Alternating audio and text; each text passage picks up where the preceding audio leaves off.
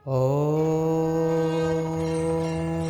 पूर्णमदः पूर्णमिदं पूर्णात् पूर्णमुदच्यते पूर्णस्य पूर्णमादाय पूर्णमेवावशिष्यते। ॐ शान्ति शान्ति शान्ति। आचार्य जी प्रणाम। आचार्य जी, ये जो प्रश्न है ये 40 वर्षीय महिला हैं, उन्होंने भेजा है नोएडा से। बोल रही हैं कि धार्मिक कर्मकांड का अगर धर्म से कुछ लेना देना नहीं है तो यह पीढ़ी दर पीढ़ी क्यों मनाए जाते हैं। और दूसरी एक और दुविधा बताई उन्होंने कि आचार्य जी आप कहते हैं कि शांति सर्वप्रथम है, पर कुछ कर्मकांड मन को शांति देते हैं, जैसे भजन करना, दिया जलाना, हवन करना। तो क्या यह सिर्फ काल्पनिक है या हम कह सकते हैं कि ये मन का अवलोकन करने में एक सहज माहौल बनाने में मदद करते हैं? एक एक करके बहुत सारी बातें। पहली बात पहले जी, कि धार्मिक जो कर्मकांड है तो अगर वो सब व्यर्थ हैं तो फिर पीढ़ी दर पीढ़ी क्यों मनाए जाते हैं? इस प्रश्न में एक मान्यता है, एजम्पशन है क्या, कि हमारे कामों के पीछे कोई कारण होता है। होता कहाँ है? प्रश्नकर्ता पूछ रही हैं कि अगर कर्मकांड व्यर्थ हैं तो पीढ़ी दर पीढ़ी क्यों माने जाते हैं। उनका कहना यह है कि किसी चीज के पीछे कोई कारण होता है तभी तो चलता है ना। क्या वाकई ऐसा है? अपने जीवन को ही देख लीजिए ना। आपने जो कुछ करा है, जिया है, जो निर्णय लिए हैं, उनके पीछे कोई रहा है ठोस कारण? कभी भावना का उबाल आ गया, कभी डर आ गया, कभी अज्ञान आ गया, कभी बस इतनी सी बात आ गई, किसी ने कहा कुछ कर लो, कर दिया। कारण कहाँ है? कारण का तो अर्थ होता है सच्चा कारण।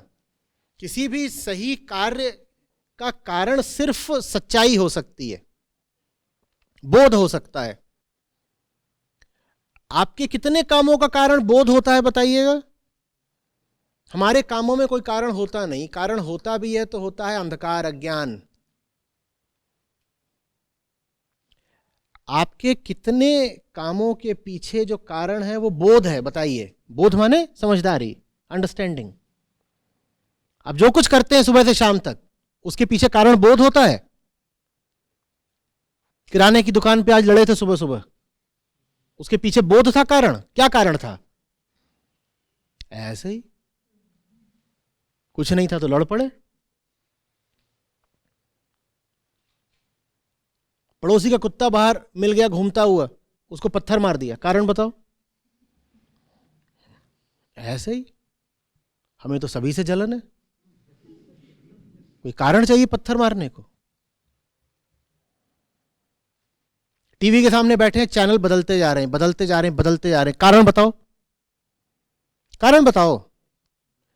हैं तो बदलते जा रहे हैं, कारण थोड़ी चाहिए, अंगूठा चाहिए। वो भी बोल रहे थे कि रात में 10 बजे सोने जाते हैं और 3 बजे तक जगे रहते हैं और स्क्रॉल करते जा रहे हैं इंस्टाग्राम, फेसबुक। कारण बताओ, कारण बताओ। 5 घंटे तक करा है, कारण बताओ? कारण कहाँ है? कोई कारण नहीं है, अंगूठा है, cut cut cut cut cut cut चल रहा है, चल रहा है, चल रहा है। और सो भी जाओगे जल्दी, कारण बताओ? कारण नींद भी नहीं है, कारण है कि डिस्चार्ज हो गया, सो गए। ऐसे तुम्हारी जिंदगी चलती है। जब तक चार्ज है मैं नाचूंगी, मैं नाचूंगी, और सो भी कब गए? तो डिस्चार्ज ही हो गया, रखो सो जाओ। फिर सुबह उठ भी गए, कारण बताओ? बोध है कारण उठने का? नहीं। नाकारा निकम्मा पड़े रहते हैं, बड़े भाई ने आकर के 2 लगाए, उठ गए, ये बोध है? नहीं। वो आवाज जरूर आई थी, पर बोध कुछ नहीं है।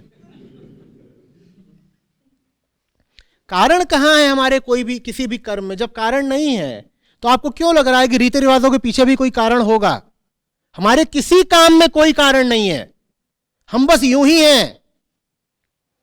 एक तिनका हवा में उड़ा जा रहा है इधर से उधर, कारण बताओ क्यों पहुंचा हुआ आपके घर? कारण बताओ? कोई कारण नहीं है, वो तिनका है, उसके पास कोई बोध नहीं, कोई विवेक नहीं, उसके पास कोई स्वेच्छा ही नहीं, वो हवाओं का गुलाम है, बस यही कारण है। हवाएं जिधर को ले कहीं उड़ गया, एक दिन आपके घर में आगे पड़ गया, जब तक उसे उठाने जाओगे हो सकता है हवाएं उसे कहीं और ले जाएं। कारण क्या है? कुछ नहीं।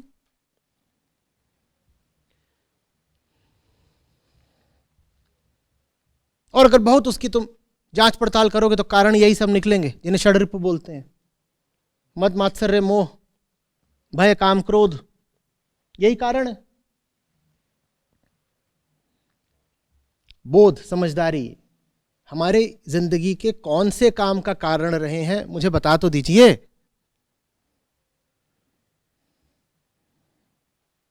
तो फिर आपको क्यों लग रहा है कि परंपराओं के पीछे कुछ होगा?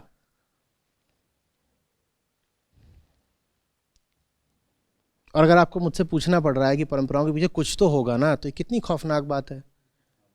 माने आप बिना जाने पालन कर रही हैं परंपराओं का कि उनके पीछे क्या है। मान लीजिए कुछ है भी आपको नहीं पता, तो आपने क्यों पालन किया? एक बार को मान लिया कि कुछ है, पर जो है अगर वो आपके लिए नहीं है, आपको पता ही नहीं है, तो आप क्यों पालन करे जा रही हैं? पालन करना भी है तो पहले जानने की कोशिश तो करो कि उसके पीछे क्या है। हो सकता है कुछ परंपराओं का जब आप सही अर्थ जाने तो पाएं कि वो पालन करने योग्य है निश्चित रूप से, पर फिर आप उनका पालन बहुत सही ढंग से करेंगे, हृदय के साथ करेंगे, ईमानदारी के साथ, गहराई के साथ करेंगे। ऐसे ही थोड़ी कि बस भाई कुएं में सरसों डाला है।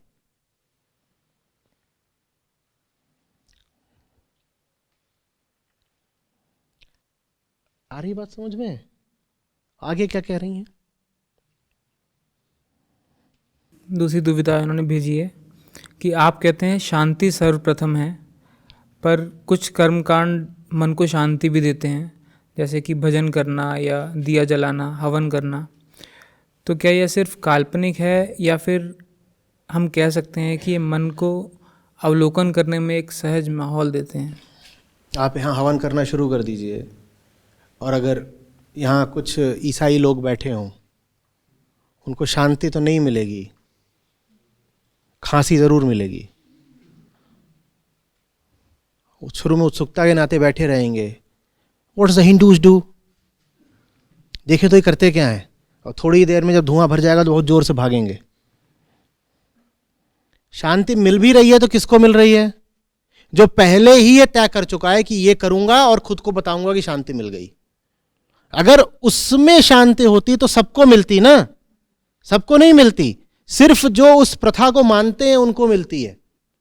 तो जब तुम्हारे मानने से ही शांति मिलनी है तो कुछ भी मान लो, शांत हो जाओ। अपने आप को पहले ही मान लो मैं शांत ही हूं, कुछ करने की जरूरत ही क्या है फिर?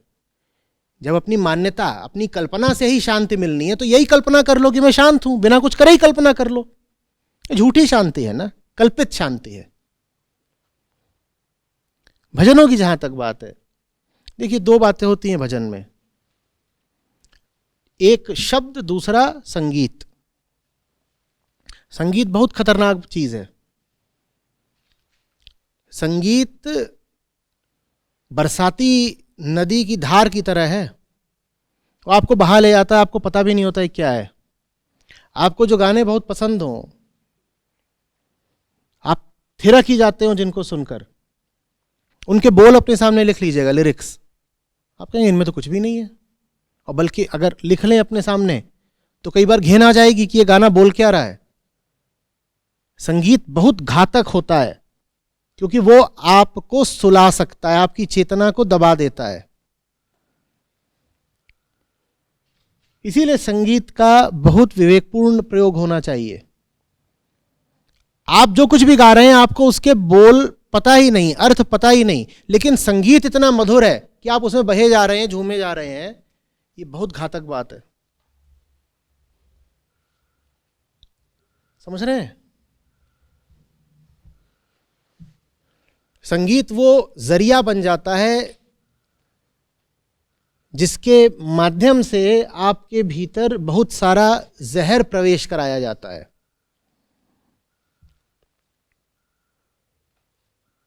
मैं नहीं कह रहा हूं भजनों के बोलों में जहर है, लेकिन अगर आप कुछ समझे बिना उसको बोले जा रहे हैं तो ये बात जहरीली है। भजन का बोल हो सकता है बहुत सात्विक हो, सुंदर हो, शुद्ध हो, लेकिन आपने उसको समझा क्या? अच्छा, मैं पूछ रहा हूं आपसे, वही भजन अगर आपके सामने बिना संगीत के आए तो आपको कितना लुभाएगा और कितनी शांति देगा, बताइए। वही भजन आपके सामने आ गया बिना संगीत के, अब मिल रही है शांति? अगर अब शांति नहीं मिल रही है तो फिर शांति किससे मिल रही थी, भजन से या संगीत से? यही वजह है कि आप पाते हैं कि बहुत सारे जो निचले दर्जे के आजकल भजन प्रचलित हो रहे हैं वो फिल्मी गीतों की तर्ज पर होते हैं। फिल्मी गीतों का संगीत उठाया जाता है और उस पर किसी भी तरह के व्यर्थ भजन के बोल चढ़ा दिए जाते हैं, वो हिट हो जाता है। क्योंकि मतलब आपको कभी बोलों से था ही नहीं, मतलब आपको किससे था? संगीत से। तो अब आपको जब संगीत से ही मतलब है तो भजन को क्यों बीच में ला रहे हैं? फिल्मी संगीत लगाइए और खूब नाचिए, शांत हो जाएंगी आप। फिल्मी संगीत है, उस पर भजन के बोलों का नकाब चढ़ा दिया गया है। असली मजा किससे आ रहा है? संगीत से। भजन के बोल बस इसलिए रख दिए गए हैं ताकि खुद को ये धोखा दे सको कि हम तो धार्मिक है, देखो हम तो माता का भजन गा रहे हैं। मतलब भजन के बोल से है ही नहीं, मतलब संगीत से है। तो ईमानदारी की बात यह है कि सीधे सीधे संगीत सुनो, और अगर वो फिल्मी संगीत है तो फिल्मी संगीत पर फिल्मी बोल ही हो। पता तो आपको चले कि आपको असली शांति मिल कहां से रही है। कितनी अजीब बात है ना।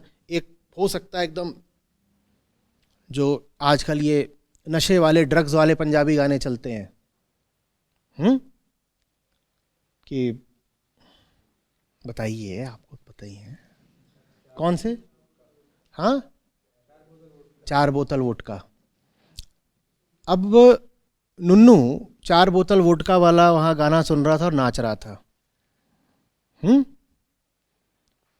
तो माता जी गई, उसको कान पे एक रसीद किया, क्या सुन रहा है, क्या सुन रहा है? और फिर उसी 4 बोतल वोडका की तर्ज पर माता का भजन चल रहा है माता जी के कमरे में, और वो कह रही है माँ माँ माँ। उसी 4 बोतल वोडका की धुन पर खुद माता जी शांत हुई जा रही हैं। बस बोल बदल दिए गए हैं ताकि माता जी ये कह सके कि मैं तो धार्मिक हूं। नुन्नू ज्यादा ईमानदार है। आप देखिएगा कैसे कैसे फिल्मी गीतों पर भजन चल रहे हैं, देखिएगा।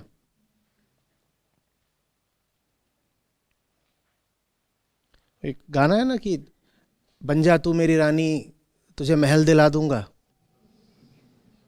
उस पर चल रहा था। आ जा तू मेरी माता तुझे।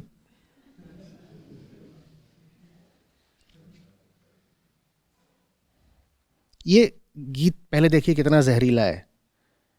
एक स्त्री को खरीदा जा रहा है यहां पर, बन जा तू मेरी रानी तुझे महल दिला दूंगा। ये सीधे सीधे वेश्यावृत्ति को प्रोत्साहन है ना, सीधे सीधे है। और इसकी धुन उठाई गई है और उस पर भजन के बोल चढ़ा दिए गए हैं। जेल नहीं होनी चाहिए इस हरकत पर? जेल होनी चाहिए कि नहीं?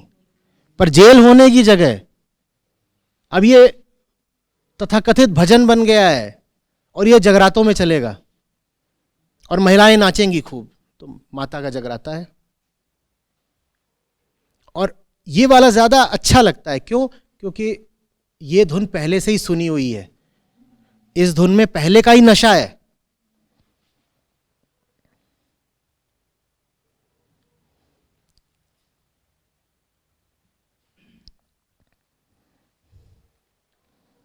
कोई भी जागृत समाज इस हरकत को बर्दाश्त करेगा क्या कि आप फिल्मी गीतों की तर्ज पर भजन चलाओ? बोलिए। यहां तो धड़ल्ले से चल रहा है, खुलेआम।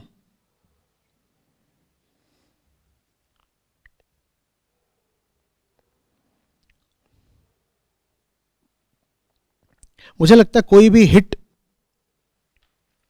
गीत या आइटम नंबर ऐसा नहीं होता जिस पर तुरंत भजन न बना दिया जाए। हिट होता ही है आइटम नंबर, और चूंकि वो हिट हो गया तुरंत उस पर भजन बनाया जाता है।